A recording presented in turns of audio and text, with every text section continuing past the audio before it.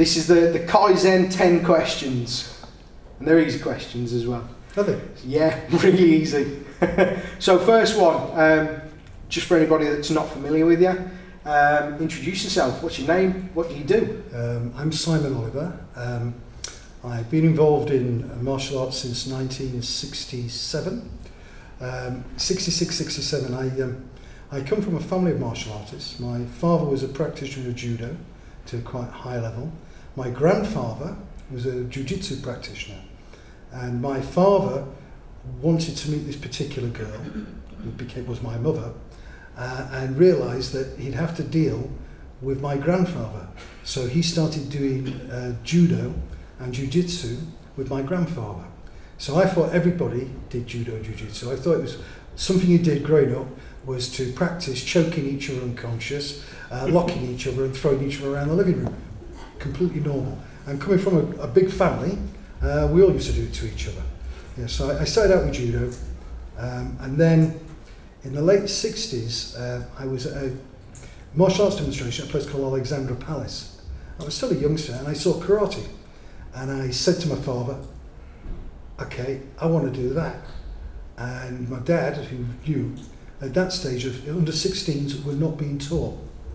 So he found a mate who did judo with him, who'd been studying with Tatsuo Suzuki Sensei in Wadaru.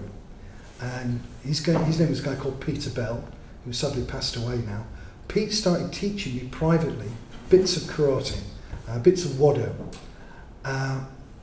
Somebody grassed him out to Suzuki, and on a wet Saturday afternoon, I was summoned to Suzuki Sensei's house to demonstrate Pinamidan. And he was suitably pleased, and he promptly handed me over to another Japanese sensei called Maeda, and I became Maeda's student for a period of time, up until about 1972. I took my showdown with Wado. Then the family started moving their way back north. The next place we ended up was in Doncaster, and there was a Wado club there, but my dad didn't like the instructor. There was something about him that he was unhappy about. And he was teaching karate at the judo club. But he'd heard about this other guy called Alan Rushby. And Alan had left the Wado and started doing this new modern fandangled style called Shukukai, which came from Shitoyu. And so I started training with Alan. And I eventually got my knee down with them. Then the family decided we're going back to Liverpool. By this time I was 13 and a half years of age. Quite unusual that I got a knee down.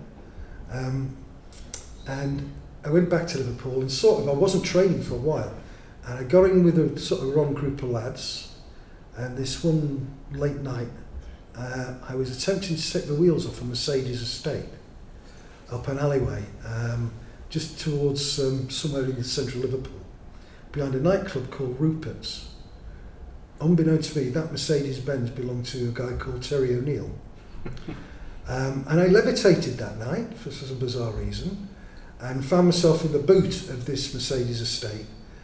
I didn't know that Terry knew my father. And after that, I became Terry's student, and the whole world changed for me. I stopped hanging around with some of the lads I used to hang around with. And it's interesting, out of the 12 lads that we all used to hang around with, there's only 3 of us left. Wow. And it was amazing that 6 of them died in violent situations. I blame Terry O'Neill for my success in life completely. If it hadn't been for him, I would have never seen a whole different side of the world. I wouldn't have met such many different martial artists. I certainly would have never got to university, and I would have certainly have never got to Japan. It was through Terry's influence and guidance that all those things happened to me in my life. And to this day, when people say to me, who's your sensei? I always say, Terry O'Neill. Although I've been left the Shotokan for getting on for now probably over 25 years, because my next big influence was a guy called Yasuhiro Kunishi, who very people have heard of. Everybody's heard of Gichin Funakoshi, Choki Motobu, Kenwa Mabuni. Those are names that most karate people will connect their lineage to. But none of those sensei, including Miyagi of the Goju would have never ever been heard of if it wasn't for Yashiro Kanishi. Yashiro Kanishi was a Japanese supremo in the martial arts. He was a very gifted jiu-jitsu practitioner, kendo and kenjutsu, and loved all martial arts. He then was introduced to karate when he was at university. This was in the late 1920s, and it was from that first meeting that he eventually met Funakoshi. Funakoshi came to his dojo at Kale, and it was that introduction to Funakoshi that got him started in karate. He later switched allegiances, not because of any disrespect to Funakoshi sensei. It was more the fact that he was always concerned that some of the things that were happening to karate, it was being turned into a do system, like judo from jiu-jitsu. Yeah.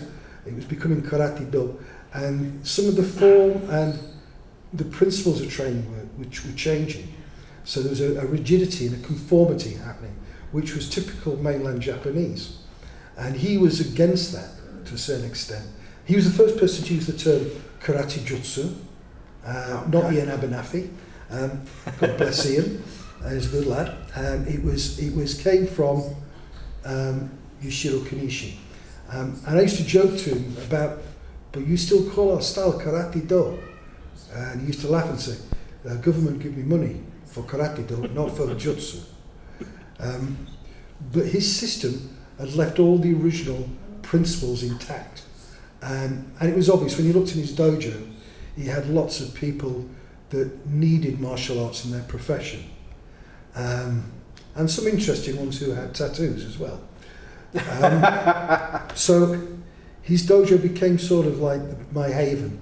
And for the 2 years I spent with him there, I learned a tremendous amount. So, and that really brings me to today. I head up his group formerly the direction of Kyoshi Yamazaki Sensei, who's passed away, who is another great influence on my life. Probably one of the greatest in the past 5 to 6 years, perhaps longer than that. He passed away last year, and I've heralded his group in the UK and Europe now for the past 15 years. 15? Yeah. That's badass, man. So, I mean, we've actually managed to blast through a couple of my questions, so... We'll ask them again. We already know, so how many years in the martial arts total? So I started... I was messing around with my father in '66. My father learnt me break falling as a little one. I think everybody needs a chemi, don't they, to start with? And I think learning that is really good for kids. Yeah. You know, if somebody comes to me and says, I've got a youngster who wants to start, put him in judo for 3 or 4 years before you come to this stuff. Because it's rough and tumble, it learns them a life skill that stays with them forever. And it's interesting, there's a guy now who's promoting teaching that as a life skill to older people. Yeah, I've seen that actually, yeah, to prevent damage from falls and things. Exactly. And it just some simple things can save some really bad injuries. So that was in '66, but I started taking formal judo lessons in the following year. And I kept with judo, even when I went to Japan. I eventually got a sandan in judo. And I then switched to karate formally in probably 1970, although I'd been doing secret lessons with Pete Bell from '68. But they were like twice a week in the garage type lessons. And, Pete was a great character, and I miss him dearly. So I would say, what's that? That's getting on for 50 odd years. Yeah. Give or take. Yeah, it's actually 66. Geez, it's getting on for nearly 60 years. There you go. I'm old. So we've obviously gone over what got you into the martial arts. Who, out of the people you've sort of mentioned, who's been your biggest inspiration? Without a doubt, Terry O'Neill. Every time. Terry was, he wasn't practicing Shotokan. What everybody tells you, he'll often say to you, learn the Shotokan system in 5 years, done. That was probably a little unfair because he was, again, one of these born naturals. he'd have been a handful if he'd never done any martial arts. What Terry was good at, he had a love of all martial arts.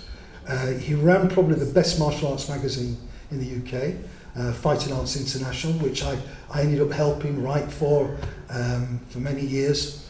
And every issue, there was coverage not just of his karate, but loads of other different martial arts. And he gave everybody a clear platform, even some of the scallywags that had crept into the martial arts illegally, because some of them were quite fun characters, you know. And so you got the full thing. There was no bias with him, although he was a very staunch proportion of Shotokan, okay, and of JK Shotokan, because that was his thing. But if you ever saw him move, he's the only man I ever see out on the street knock somebody out with Gakko Mawashigeri or Jodan Mawashigeri, okay, with the greatest of ease. He was unique. He was a tremendous ambassador for martial arts, for everybody, and for bodybuilding.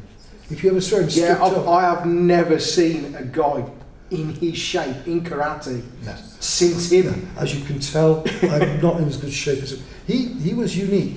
He had a problem keeping weight on. Really? Yeah. So the you wouldn't guess to see him because he was a literal man mountain. He ate like crazy. Yeah, and so it was always and him and his co-conspirator Gary Spires. I sat down with them. And they could eat. Gary was a phenomenal eater, but Terry had real problems keeping size on, and he was always cut. You know, everybody in bodybuilding games know there's a period where you're bulking. Terry was always cut. He'd strip off. I've got a photograph of me, him, and Arnold in LA somewhere, and I used to joke, I'm bigger than. That's Arnold Schwarzenegger for those that aren't. And I went to him, I'm bigger than the pair of you. And I think he said, yeah, but ours is muscle. And he was at one stage, you looked at him stood next to Arnie, and you go, his legs are better than Arnie's. Arnie had a fabulous physique, and it was very well balanced. But Terry was equally a great physique. He never competed in bodybuilding, more's the pity, because I think he'd have done I think he'd have done quite well. But he was, Terry's complete obsession had started with Tarzan. Really? Kid, yeah. Tarzan and the early Conan books was his big obsession. So when Arnold got a chance to play Conan, Terry was like, oh, that's fantastic. Next minute, he's in the movie getting bashed by Grace Jones, which, by the way, she bashed him. She really did? Oh, yeah, she did, yeah. No way. There's a scene where they're doing a stick scene. Yeah. She bashed him properly. And Terry said I was for the day, I was pretty semi-conscious, and Grace was mortified. No matter you see this Miss Angry, she's a real nice lady. I've only met her the once, and she was a sweetie. She scared me to death, but she's a sweetie. That's amazing. So what would you say has been your greatest achievement as a martial artist? I have many, and it's not competition accolades. I competed for up until a reasonable level, but I was never going to be a great national champion because I was inconsistent, and that was because of my training. And I'm a bit short-sighted, so my control was rubbish. I used to get disqualified a lot, but my greatest achievement, I think, for me, was my Shodan with an Oida Sensei, and I would say my 7th Dan from Yamazaki Sensei, because I remember when I first started to get to be a good brown belt, I'd be quite happy with that. I didn't think it'd still be here nearly 50 odd years after that time. I don't think anybody plans that far ahead, do they? No. Especially not in karate. You see a lot of people with just damaged hips and knees by that point, don't you? I've got none of that. That's proper training, though. That's training correctly. So what's been your toughest challenge in the martial arts then? For a long time I had an occupation which put me out of the public eye and put me in quite dangerous situations. I needed a level of realism in everything I did, and I think keeping it real has been the toughest challenge, because if you're not careful, there's a lot of bump around martial arts and you can get bogged down with the bump. What I wanted to do was train and keep it very much on point. Yeah. for reality. And that was always my toughest goal, because you look at any syllabus for most karate groups and there's a lot of waffle, okay? But it really depends what you want out of martial arts. And the great thing, today, there are so many different martial arts covering a whole spectrum of disciplines and skills. I needed to be able to do something with 3 techniques quickly. I needed to be able to not be just good on upright, but on the ground, okay? I needed to be able to throw people. So Shindo Jinryu was the ideal style for me, but I've taken from all over the place. And I think that's the biggest challenge sometimes, is managing a level of purity, because I don't think of myself as just a Shindo Jinryu practitioner. I think of just me as a martial artist. And like today at events like this, I'll go and look at people. I was watching a couple of kids grappling earlier on. I'm watching one and thinking, yeah, I wanted to go and correct one of them, but then he did something and thought, that's clever. And I'll go now away and practice that, even at 60 odd years of age. We'll see that at the next seminar, won't we? I'll throw something. And the other things I've always done is I've always given credit to where I've got stuff. Today there are lots of people who I call reinventors. They're not reinventors, they're doing the right thing. They're studying and working stuff out, but making it work for them. That was the correct concept. If you think there was this flash of lightning and a style suddenly appeared, everything we do came from a man working something to work for him. Yeah? And then he has followers, and then it becomes a style. Up until then, it wasn't. It was just, Sensei does it this way. I'll give you a classic example. Shikin Taira, whenever you see a photograph, he's sort of leaning to one side. So there's some of the kata, people lean to one side. The man had one leg shorter than the other. So you've got generations of people leaning over to try and copy these guys. And it was due to him having one leg shorter than the other. I trained with a sensei, and I won't mention his name, he was in Okinawa, and he had a particular way of punching because he damaged his arm as a child. I don't know if he had polio or it was a bad break. And I looked at his students, and they were all punching the same. And he'd tell them off, but they were copying him. Yeah, and I'm sure there's loads of students who have now developed a Scouse accent from training with me. Although mine's almost gone. But it's that thing, that how styles are formed, when really what you should be doing is you should be like a sponge. Everybody thinks Bruce Lee was the first doing this. He wasn't. Kanishi was doing it. Kanishi looked at us lot and went, how the hell do I deal with them? Let's go join the Western Boxing Club that was run by the Prussians. Okay? And he learned how we moved, how we boxed. Guess what? We have some stuff in our system that comes directly from boxing. We do very little stuff against karate techniques. We do it all against Western boxing techniques. Yeah? Because that's what he was worried about dealing with. Plus the fact he was also trained, he was involved in training the military before the Second World War. Yeah? And that's another story. Absolutely. We'll need a series. You're welcome. So martial arts pet peeves. You've got to have a couple, probably more than a couple. Yeah, I have. My favourite one is the idiots that get on the internet and go, that wouldn't work outside, when somebody's demonstrating a drill or a part practice, or the one that will go, oh, your finger's sticking out. And I had one a couple of years ago, and I swear to God, I think it was somebody I knew, just winding me up, because I'd almost bought the plane tickets to go to America to meet this guy. Knocking people is a waste of time, okay? Everybody has something to offer. You should go with an open mind. And if you go, no, it doesn't work for me, that's you. That's your choice, okay? For other people, it may work for them, yeah? If it makes them feel confidence and better about themselves, that's a starter. If it gives them something that helps them live better in life, then that's something. It may not work out on the street. I see loads of people going, oh, they're slagging this karate off and that karate off. So what? There's 20 kids there, not hanging around on street corners selling drugs.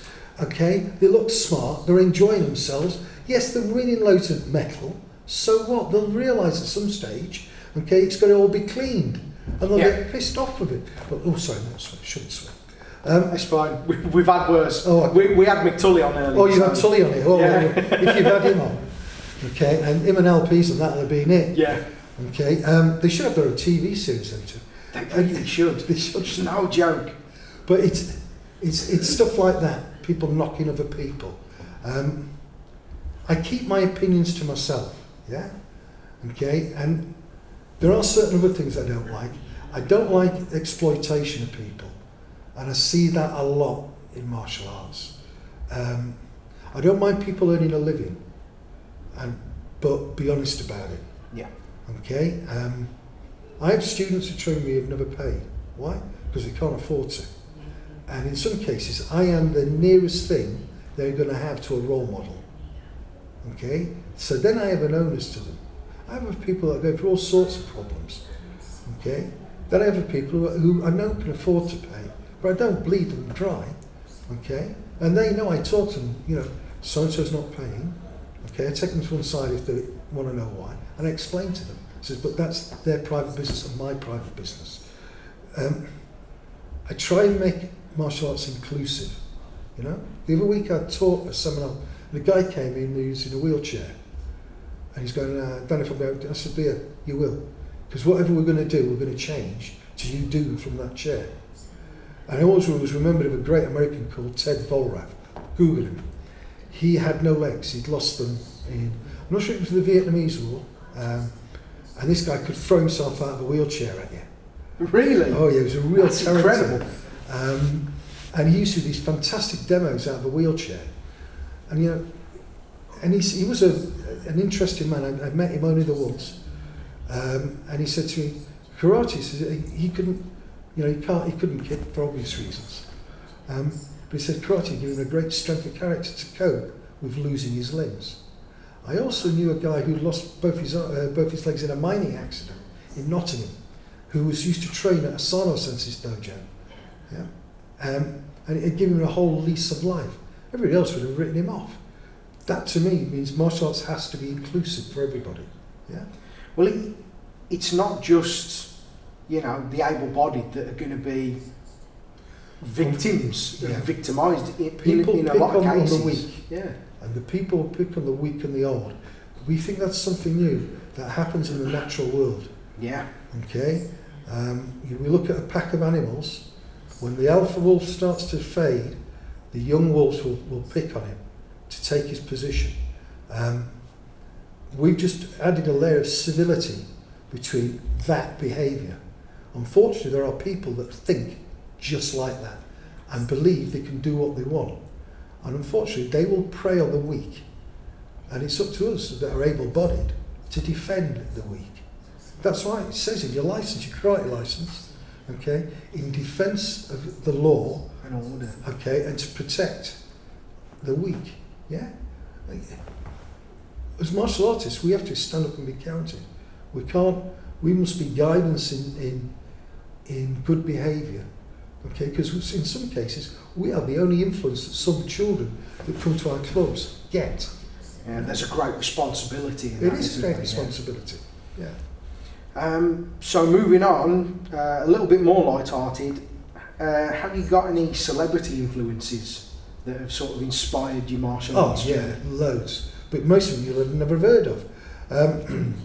So back in the early days of martial arts movies, everybody, and I'm of that era, Bruce Lee was a big influence. Okay, we all wanted a physique like Bruce. I was never going to get it. I was always a little fat round kid, so there's no chance I was ever going to look that good. Okay, I'd go in the gym with Terry. I'd get bigger, but I'm endomorphic. So what actually happens? I get size real quick. I can't get that cut without dieting like crazy. Okay, and then I get snotty.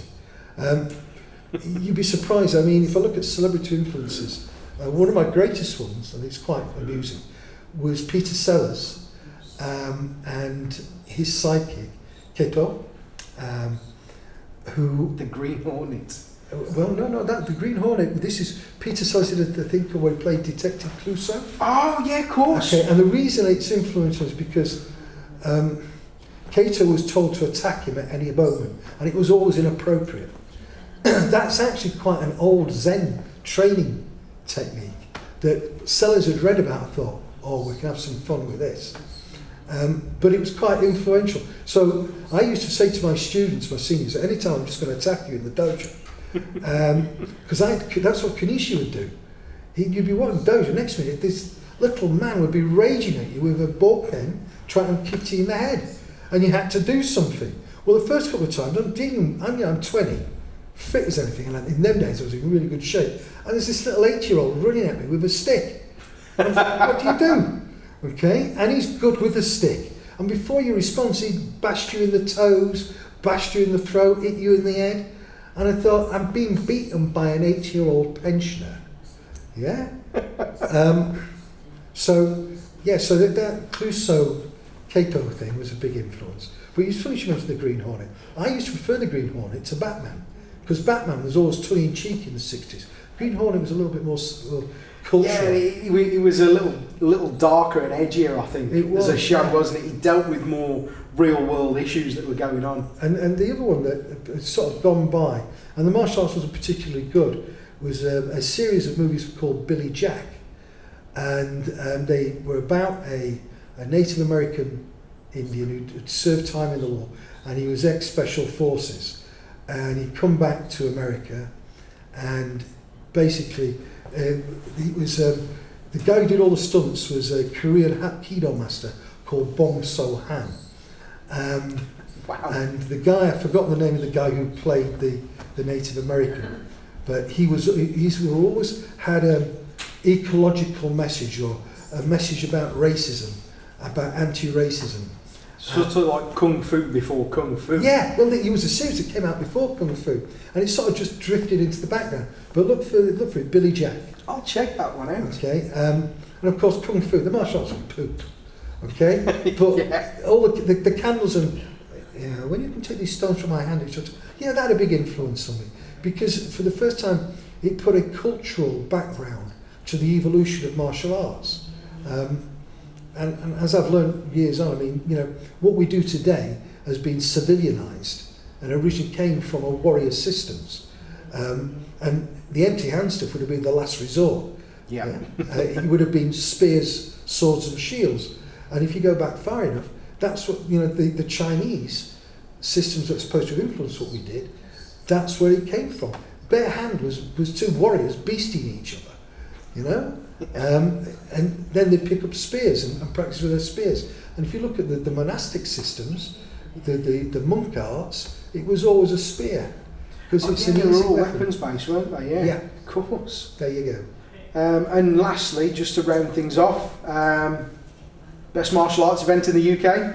Got to be Kaizen, hasn't it? Fantastic. Well, Simon, I'm not going to keep you any longer. Really appreciate it. Well, I want to talk for at least another hour. And at least another hour. That's just a standard seminar for you, mate. Correct, it is, yeah. But yeah, really appreciate your time, mate. And what will we catch you at next? I think, well, the next big seminar in the UK, I'm down teaching in Devon for Claire Potter and Natasha Barlow. Claire's fantastic. Yeah, She was at the Karate for Mental Health earlier on in the year. That was great. And of course, the most important one is the beginning of November, which is the Three Amigos. It is. You're going to kill me for that one. I can't attend. You can't attend? I can't attend. It's my birthday, and the missus has planned something, so I can't get out of it. I'll light a candle next time I go to mass for you. So, yeah, the Three Amigos. I mean, that is the big gig in the year. We do 3 of them. Yeah. This year's interesting because next year the plan is to take the Three Amigos to America.